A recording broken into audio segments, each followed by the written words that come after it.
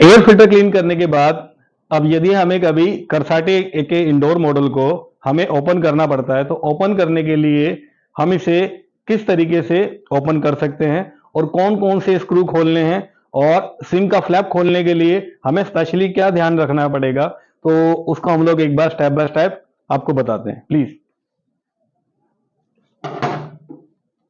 सबसे पहले air filter ही remove कर रहे हैं आपको।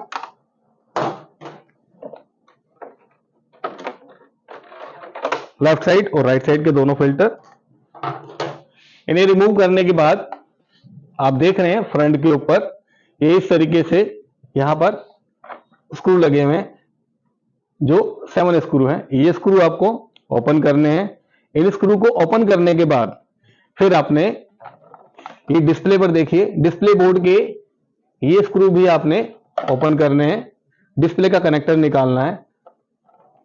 उसके बाद एयर डिफ्लेक्टर को ओपन करने के लिए हमें ये 2 स्क्रू ओपन करना है, पहला ये, दूसरा ये। तो इन दोनों को ओपन करने के बाद एयर डिफ्लेक्टर नीचे आ जाएगा। फिर हम एयर डिफ्लेक्टर को निकालेंगे, नीचे की तरफ हम इसे मूव करेंगे और ये इजीली देख रहे हैं, इजीली यहां से रिमूव हो जाएगा।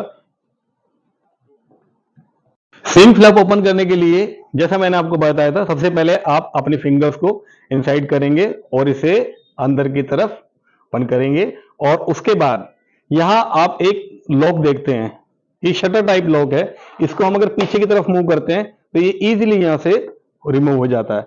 उसके बाद फिर हमें यहां से सिंक फ्लैप को बाहर निकालना है और सबसे लास्ट में सिंक के जो कनेक्टर है मोटर का, उसके पास से हमें निकाल देना है।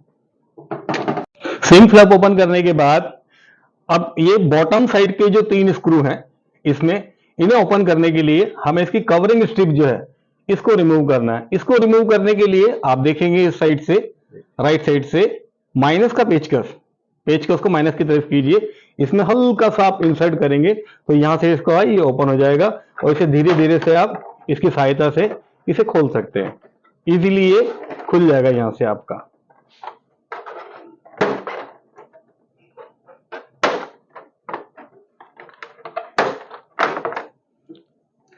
सारे लॉक निकलने के बाद इसे बाहर की तरफ मूव करेंगे तो आप देखेंगे ये स्क्रू कवर स्ट्रिप भी निकल गया है। अब आप बेस स्क्रू 1, 2, 3 और ये 4, इन स्क्रू को भी आप ओपन कर लेंगे। आईडीयू बेस के 4 स्क्रू खोलने के बाद अब हम ओपन करेंगे फ्रंट कवर जो ग्रिल है उसके स्क्रू। डिस्प्ले ओपन करने के लिए ये स्क्रू आप ओपन करेंगे। ये सारे स्क्रू ओपन करने के बाद डिस्प्ले के, अब इस डिस्प्ले को हम इस तरीके से निकाल लेंगे।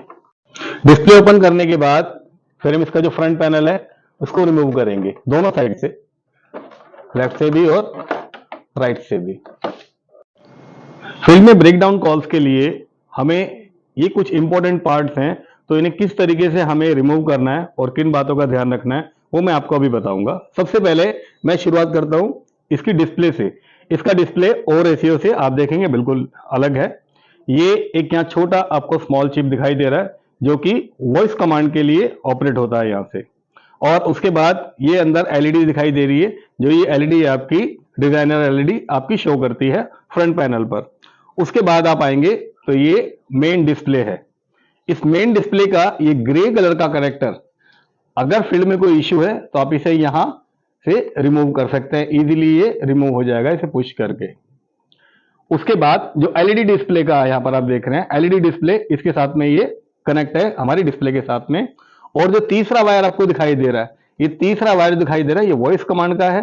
ये वॉइस कमांड में अगर आपको कुछ इश्यू है तो यहां पर आप इसे चेक कर सकते हैं, जैक लूज है या जैक की एडजस्टमेंट करने की जरूरत है। इसके बाद हम आगे बढ़ते हैं।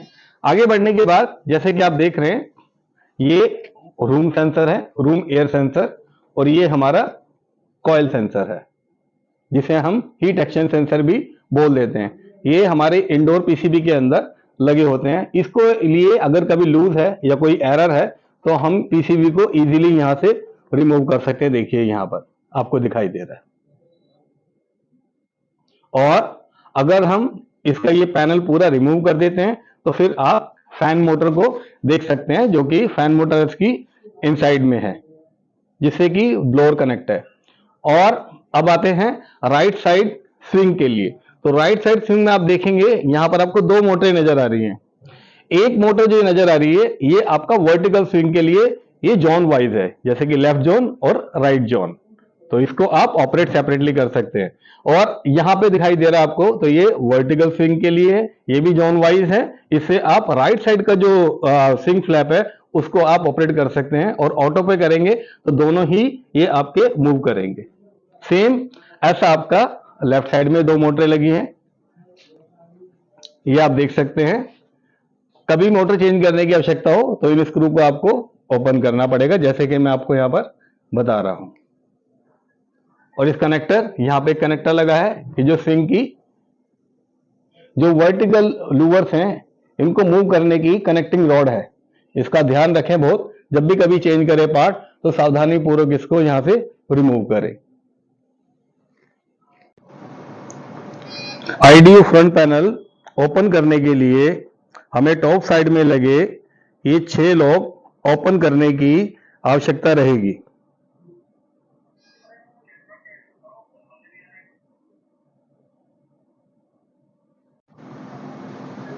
लॉक ओपन करने के बाद अब इस फ्रंट कवर को रिमूव करेंगे।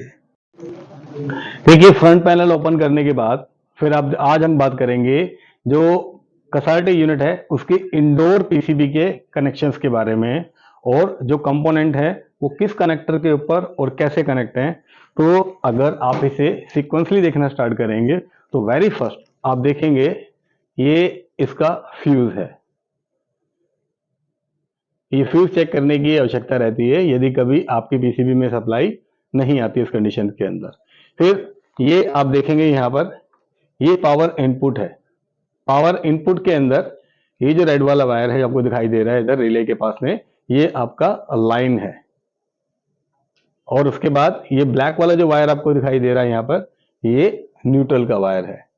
ये मेन इनपुट सप्लाई है। अब आउटडोर जाने के लिए सप्लाई आप इजीली फाइंड कर सकते हैं क्योंकि इसके ऊपर मेंशन है यहां पर। देखिए जैसा 1 नंबर यहां पर न्यूट्रल आपको दिखेगा, ये 1 नंबर का। उसके बाद फिर 2 नंबर आपका लाइन रहेगा, जैसे कि आपको दिखाई दे रहा है पिक्चर में। फिर उसके बाद कम्युनिकेशन के लिए ये 3 नंबर का वायर यहां लगेगा। तो ये 1, 2 और 3 ये कनेक्टर हमारे बाहर जाएंगे आउटडोर सप्लाई के लिए। इसके बाद फिर आप पीसीबी के साइड में आते हैं तो ये डीसी फैन मोटर का कनेक्टर है। यदि कभी इसमें कोई एरर आता है E14 का या फिर कभी कोई इश्यू आता है तो इसे हम रिफिक्स या मोटर चेंज करते समय इसे हमें निकालना और चेक करना जरूरी है। इसके फिर आप नीचे की तरफ और आएंगे। अभी हम बात करेंगे हमारी जो वर्टिकल और हॉरिजॉन्टल लोअर हैं जो स्विंग मोटर्स हैं उनके जैक्स किस तरह फिक्स होंगे और कलर कोडिंग क्या रहेगी। तो आप यहाँ पर देख रहे हैं हमारे पास 4 जैक हैं, 2 ग्रे 2 ब्लैक, ठीक है। तो हॉरिजॉन्टल लोअर्स जो हैं उसकी 2 मोटर है हमारे पास, एक राइट साइड में फिक्स है एक लेफ्ट साइड में जो कि उस तरफ है। जो राइट साइड में मोटर फिक्स की हुई है हमने, उसका वायर का जो कलर कोड है वो ब्लू है, तो वो हमें यहाँ पर लगानी है। और जो लेफ्ट साइड में मोटर है वो वाइट कलर है जैक उसका, वो हमें इस तरफ लगानी है। इसी तरह हम बात करें जो हमारा वर्टिकल लोअर है उसके 2 जैक हैं, एक मोटर हमारी इस तरफ लगी हुई है, एक मोटर हमारी राइट हैंड साइड पे लेफ्ट हैंड साइड पे लगी है। तो उसका जो वायर है कलर कोडिंग उसकी हम बात करें तो ब्लैक वायर जो है हमारी वो उस तरफ लेफ्ट साइड में लगी हुई है, और रेड जो वायर है वो हमारी राइट साइड लगी हुई है। तो इस तरह हमें ये जैक को जो है फिक्स करना है पीसीबी के अंदर। उसके बाद हम बात करें, ये डिस्प्ले का जैक है, ये डिस्प्ले हमारी वायर डिस्प्ले में फिक्स है इस तरफ आप देख रहे हैं। ये हमारे सेंसर्स का जैक है, जो हमारे सेंसर 2 हैं, एक एयर सेंसर एक ऑयल सेंसर, वो यहाँ पर फिक्स हो जाएगा। यहाँ पर ये हमारा स्मार्ट वाईफाई मॉड्यूल का कनेक्टर है जो कि यहाँ पर फिक्स होगी, आप देख सकते हैं। और ये हमारा डिस्प्ले एलईडी का जैक है जो यहाँ पर फिक्स होगा। इंडोर कंट्रोल बॉक्स ओपन अगर हमें करना है पूरा, तो उसके लिए हमें 2 स्क्रू ओपन करने हैं। पहला स्क्रू ये और दूसरा स्क्रू टॉप साइड में, जो कि कई बार हम लोग नहीं देख पाते हैं। तो इन दोनों स्क्रू को ओपन करते ही कंट्रोल बॉक्स पूरा बाहर आ जाएगा। दोनों स्क्रू ओपन कर लिए हमने, और ओपन करने के बाद हमें कंट्रोल बॉक्स को ऊपर की तरफ स्लाइड करना है बाहर निकालने के लिए, क्योंकि इसके बैक साइड में ये लॉक है, यहाँ पर आप जो देख रहे हैं, और ये इस तरफ ये लॉक है दो। यदि फील्ड में आपको E14 एरर या इंडोर मोटर से रिलेटेड इशू मिलता है, तो उसे रिप्लेस करने के लिए सबसे पहले आपको ये स्क्रू ओपन करना है, जो कि आपको डिस्प्ले में देखने को मिल रहा है स्क्रीन पे। ये स्क्रू ओपन करने के बाद आपको ये 2 स्क्रू है, ये ओपन करने हैं आपको। ये ओपन करने के बाद ये कवर बाहर आ जाएगा, तो आपका ब्लोअर मोटर ओपन हो जाएगा। ये अभी मैं आपको करके दिखाता हूँ। हमने ये कवर ओपन कर लिया है, अभी इसे हटाएंगे हम लोग। इसे हटाने के बाद ब्लोअर मोटर आप डायरेक्ट यहीं से निकाल सकते हैं। इसके लिए आपको पूरा कोइल को ओपन करने की ज़रूरत नहीं है। जैसा कि मैंने बोला, आपको कोइल ओपन करने की ज़रूरत नहीं है ब्लोअर मोटर को ओपन करने के लिए। बॉटम कवर आपको रिमूव करना है। टॉप कवर हम ऑलरेडी रिमूव कर चुके हैं, ये बॉटम कवर मैंने रिमूव कर दिया है। अब यहाँ से आप डायरेक्ट मोटर को रिमूव कर सकते हैं ब्लोअर मोटर का स्क्रू ओपन करने के बाद। इसलिए इसके लिए आपको पूरा कोइल को ओपन करने की ज़रूरत नहीं है। इंडोर कोइल को ओपन करने के लिए हम लोगों को लेफ्ट साइड से 3 स्क्रू ओपन करने, 1 2 3। ये 3 स्क्रू हमें लेफ्ट साइड से ओपन करने हैं। अब हम बात करेंगे राइट साइड से कितने स्क्रू ओपन करने। राइट साइड से जो हमें स्क्रू ओपन करने, फर्स्ट ये, सेकेंड, थर्ड,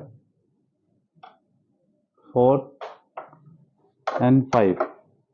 ये 5 स्क्रू ओपन करते ही पूरा कोइल बाहर आ जाएगा। जब भी आपको कोइल रिप्लेस करना है तो ये स्क्रू ओपन करने पड़ेंगे।